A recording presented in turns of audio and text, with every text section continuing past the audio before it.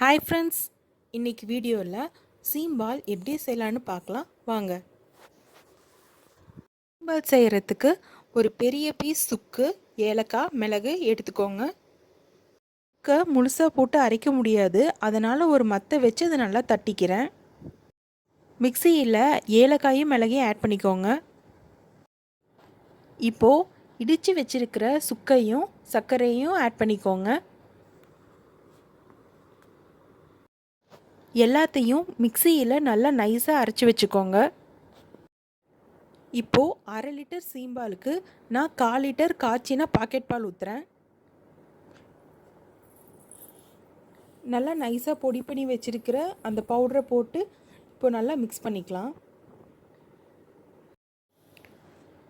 இப்போ குக்கரில் ஒரு ஸ்டாண்டை வச்சு பாத்திரத்தையும் உள்ளே வச்சு க்ளோஸ் பண்ணிவிடுங்க.